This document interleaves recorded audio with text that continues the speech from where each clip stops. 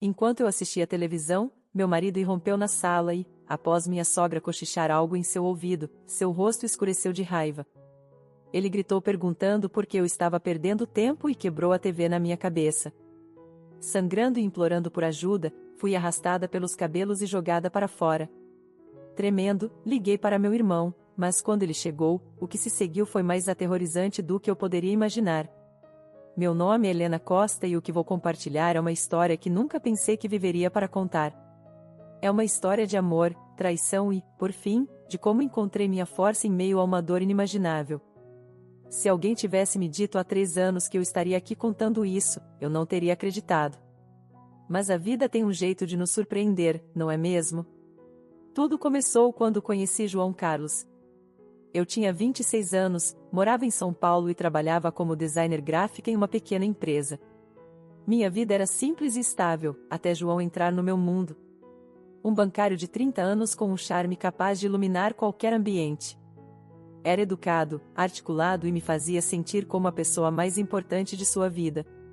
Nosso romance foi um turbilhão, jantares em restaurantes sofisticados, caminhadas pelo Parque Ibirapuera e horas conversando sobre nossos sonhos.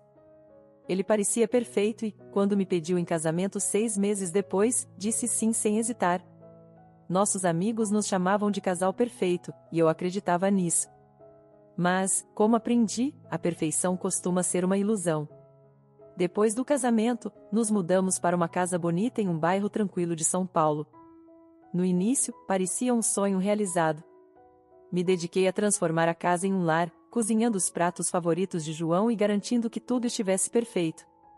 Ele trabalhava longas horas no banco e, embora sentisse sua falta durante o dia, me convenci de que era tudo parte da construção do nosso futuro juntos. Não demorou muito para as rachaduras começarem a aparecer. A mãe de João, Patrícia, se mudou para nossa casa alguns meses após o casamento. Ela dizia que precisava ajudar, mas logo ficou claro que estava lá para controlar. Patrícia tinha 50 e poucos anos, era professora aposentada e se portava com um ar de autoridade. Tinha opiniões fortes sobre tudo, como a casa deveria ser administrada, como eu deveria me vestir e até o que deveria cozinhar para João. No início, tentei me dar bem com ela, afinal, era a mãe do meu marido. Ouvi educadamente quando ela me criticava por ser moderna demais ou quando insistia que eu não estava cuidando da casa adequadamente. Mas não importava o quanto me esforçasse, nunca era suficiente para ela e, pior, João começou a tomar seu partido. Helena, minha mãe só está tentando ajudar, ele dizia sempre que eu tentava expressar minhas preocupações. Você deveria ouvi-la, ela sabe do que está falando. Doía, mas eu dizia a mim mesma que era apenas uma fase, que as coisas melhorariam. Certo? Mas não melhoraram. Uma noite, após um dia particularmente exaustivo, terminei todas as tarefas domésticas e sentei no sofá para assistir TV. Era um pequeno conforto, uma das poucas coisas que me ajudavam a relaxar. Lembro-me de pensar o quanto sentia falta do meu pai, que havia falecido 1 ano antes do casamento. A TV era um presente dele, e assistir sempre me trazia lembranças afetuosas. João chegou tarde naquela noite. Parecia cansado, mas ainda me cumprimentou com um sorriso. Por um momento, senti alívio, pensando que talvez a noite seria tranquila. Mas então Patrícia apareceu, cochichando algo em seu ouvido. O que quer que ela tenha dito, mudou sua expressão instantaneamente. Ele me encarou com olhos frios. Levante-se, disse em tom cortante. Vá para a cozinha e faça uma refeição fresca para mim. Pesquei surpresa. O jantar já está pronto, João. Mantive aquecido para você. Não quero isso, ele rebateu. Quero algo fresco agora. Hesitei. Estava cansada e não conseguia entender por que ele estava sendo tão irracional. João, estive de pé o dia todo. Não pode apenas. Antes que pudesse terminar, ele explodiu. Como ousa me responder? Atravessou a sala e, antes que eu pudesse me mover, agarrou a TV do meu pai, e a ergueu sobre a cabeça. Não tive tempo de reagir. Ele a jogou com força e a quina atingiu o lado da minha cabeça. A dor explodiu e desabei no chão, com sangue escorrendo pelo rosto. Estava muito chocada para chorar. Apenas o encarei, com a visão embaçada e o coração acelerado. Talvez isso te ensine a me obedecer, ele rosnou. Patrícia estava por perto, braços cruzados, com uma expressão presunçosa no rosto. Você não merece viver aqui se não pode nos respeitar, disse ela, sua voz transbordando desdém. Implorei por ajuda, minha voz tremendo. João, por favor, estou machucada. Mas nenhum deles se importou. Patrícia continuou gritando comigo e João me arrastou até a porta. Saia, ele cuspiu, me empurrando para a noite fria. Fiquei ali, sangrando e tremendo, incapaz de processar o que havia acontecido. Sem ter para onde ir, liguei para meu irmão Daniel. Assim que ele atendeu, desabei. Helena, ele disse, sua voz aguda de preocupação. O que houve? João, eu preciso de ajuda, Daniel, por favor. Onde você está? Ele perguntou com firmeza. Estou indo te buscar agora mesmo. Dei minha localização e esperei na escuridão, minha mente um turbilhão de medo e descrença. Em que tinha se transformado minha vida? Como tinha chegado a esse ponto? Quando Daniel chegou, seu rosto era uma mistura de raiva e preocupação. Ele me ajudou a entrar no carro e dirigiu direto para o hospital. Vamos resolver isso, disse, apertando o volante com força. Prometo, Helena. Ele não vai sair impune. Enquanto o médico cuidava do meu ferimento, senti uma faísca de algo que não sentia há muito tempo, esperança. Pela primeira vez, percebi que não precisava mais suportar aquilo. Mas também sabia que esse era apenas o começo. João e Patrícia haviam me traído de maneiras que eu não podia ignorar, e eu garantiria que pagassem por isso. Sentada no hospital naquela noite, não conseguia parar de tremer. A dor na minha cabeça era aguda, mas não se comparava à dor no meu peito. Enquanto a enfermeira limpava meu ferimento e aplicava os pontos, Daniel permanecia ao meu lado, fumegando em silêncio. Podia ver a raiva irradiando dele, mas ele segurava suas palavras, esperando até que eu estivesse pronta para falar. Quando chegamos ao apartamento dele, ele me sentou com um copo d'água e disse: Helena, me conte tudo. Preciso saber exatamente o que está acontecendo. Hesitei. Por onde poderia começar?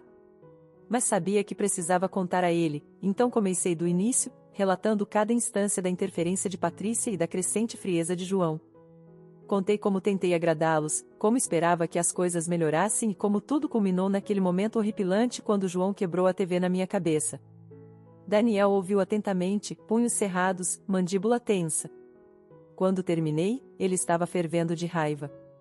Ele é um monstro, Daniel disse, sua voz baixa mas cheia de fúria. E a mãe dele não é melhor.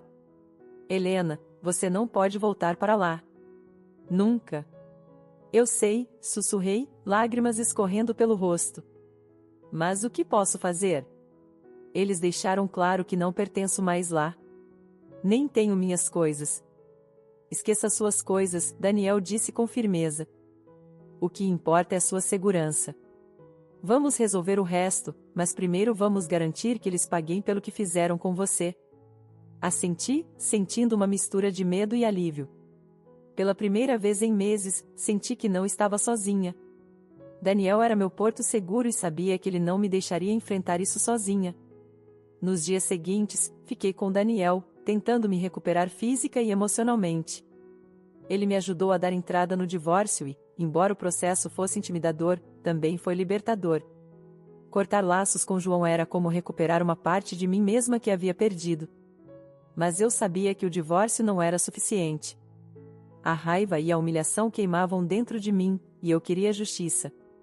João e Patrícia haviam destruído minha confiança, minha autoestima e meu senso de segurança. Eu não podia deixá-los sair impunes. Uma noite, sentada na sala de Daniel, disse: quero fazer mais do que apenas deixá-lo. Quero expor quem ele realmente é. Daniel me olhou, seus olhos se estreitando em reflexão. O que você quer dizer? Quero dizer que ele não é o homem que finge ser, disse, minha voz tremendo mas resoluta. Sempre tive essa sensação de que ele está escondendo algo.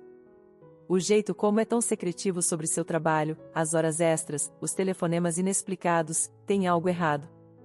Daniel assentiu lentamente. Você pode estar certa. Se ele está escondendo algo, vamos descobrir. Vamos investigar mais a fundo. Foi então que decidimos contratar um detetive particular.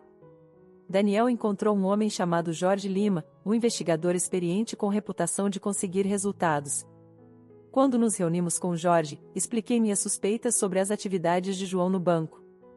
Jorge ouviu atentamente, tomou notas detalhadas e prometeu começar a investigação imediatamente. A espera foi angustiante. Todo dia eu me perguntava o que Jorge descobriria.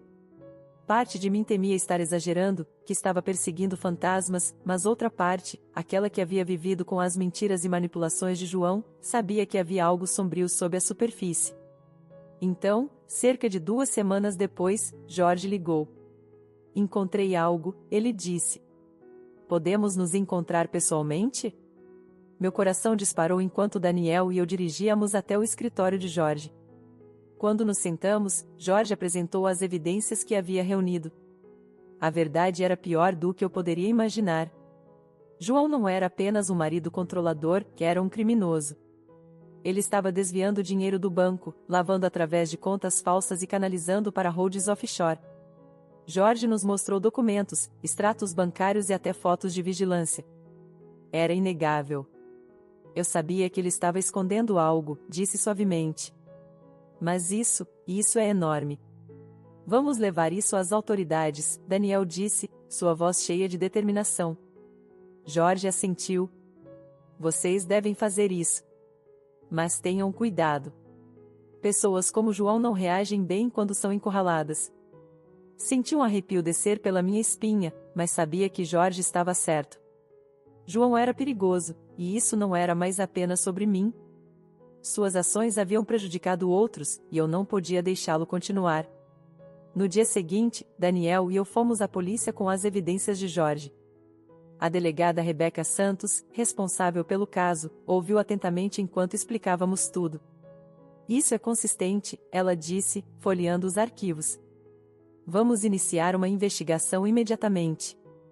Saindo da delegacia, senti uma mistura de emoções, medo, alívio e uma estranha sensação de poder.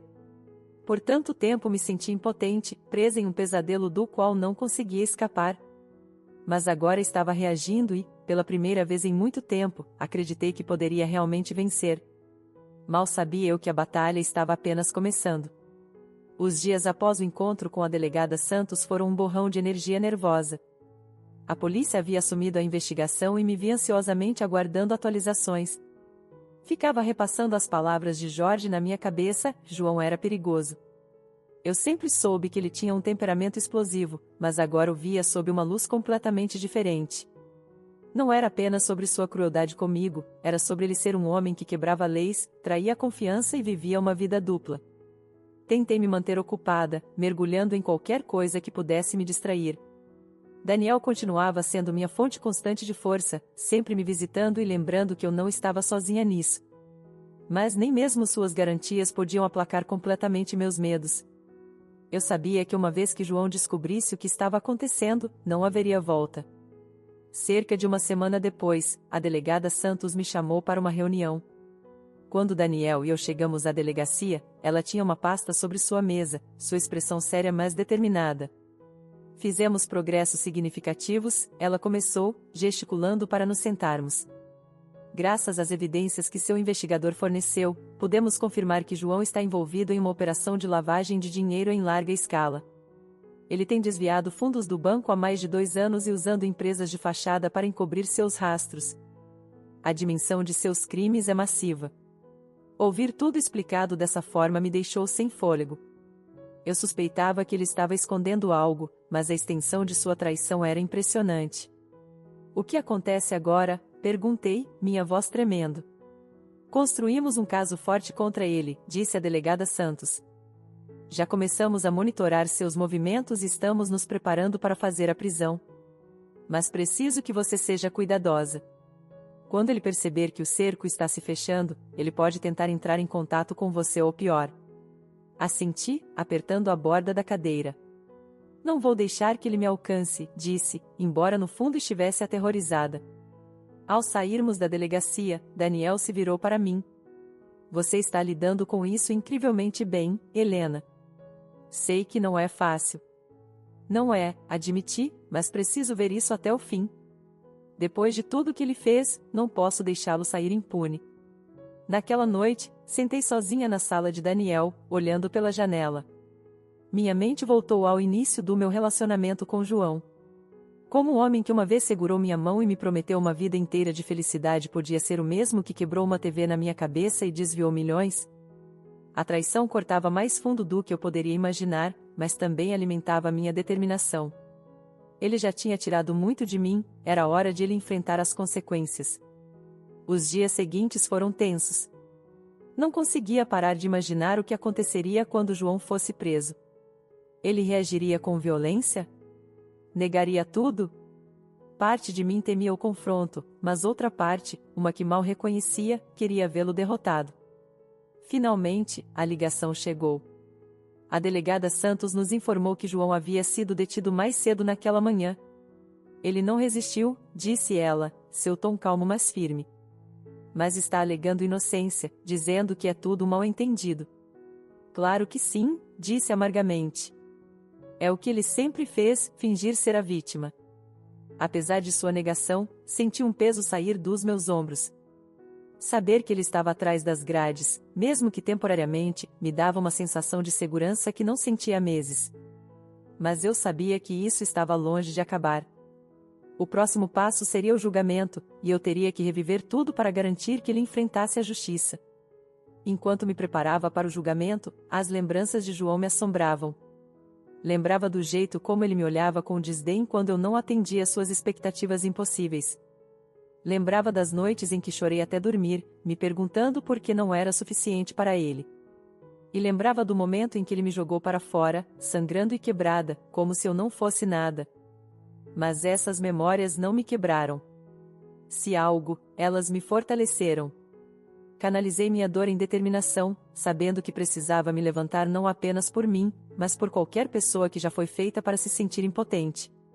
O dia do julgamento chegou rapidamente.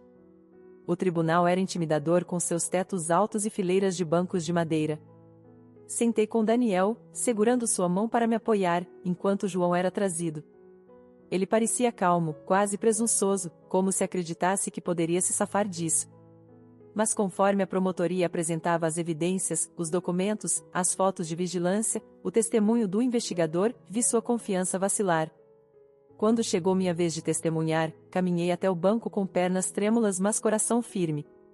Contei tudo, o abuso, as mentiras, a noite em que ele me acertou com a TV, minha voz tremeu em alguns momentos, mas não parei. Me recusei a deixá-lo me silenciar novamente. A defesa de João tentou me pintar como uma ex-esposa amarga buscando vingança, mas as evidências contra ele eram esmagadoras. Quando o julgamento terminou, estava claro para todos no tribunal que ele era culpado. O veredicto do juiz veio rapidamente. João foi condenado por múltiplas acusações de desvio de dinheiro, lavagem de dinheiro e fraude. Foi sentenciado a 12 anos em prisão federal. Quando o martelo bateu, senti uma imensa sensação de alívio. Ele não podia mais me machucar. Quando o juiz anunciou a sentença de João, 12 anos em prisão federal, uma onda de emoções me invadiu. Alívio, descrença e até tristeza se misturaram, mas um sentimento se destacou acima dos outros: liberdade. Pela primeira vez em anos, senti como se finalmente pudesse respirar. Ele não podia mais me machucar, me manipular, me controlar ou me quebrar. A justiça havia sido feita. Depois do julgamento, Daniel e eu saímos do tribunal. O sol brilhava, mas ainda me sentia pesada. Era como se o peso de tudo que passei estivesse apenas agora assentando. Daniel colocou uma mão no meu ombro. Você conseguiu, Helena, disse ele, sua voz cheia de orgulho. Você o enfrentou. Assenti, minha garganta apertada. Não poderia ter feito isso sem você, disse. Você acreditou em mim quando eu não acreditava em mim mesma. As semanas seguintes foram um borrão enquanto tentava juntar os pedaços da minha vida. Seguir em frente não foi tão fácil quanto eu esperava. Ainda carregava as cicatrizes, tanto físicas quanto emocionais, de tudo que João havia feito. Às vezes acordava no meio da noite revivendo os momentos de sua raiva, sua violência. Mas cada dia me lembrava que era mais forte que essas memórias. Eu havia sobrevivido e não deixaria que ele me definisse. Um dos primeiros passos que dei em direção à cura foi recuperar minha independência. Me mudei para um pequeno apartamento no centro de São Paulo, não muito longe do meu escritório. Não era muito, um quarto com uma cozinha minúscula e pisos que rangiam, mas era meu.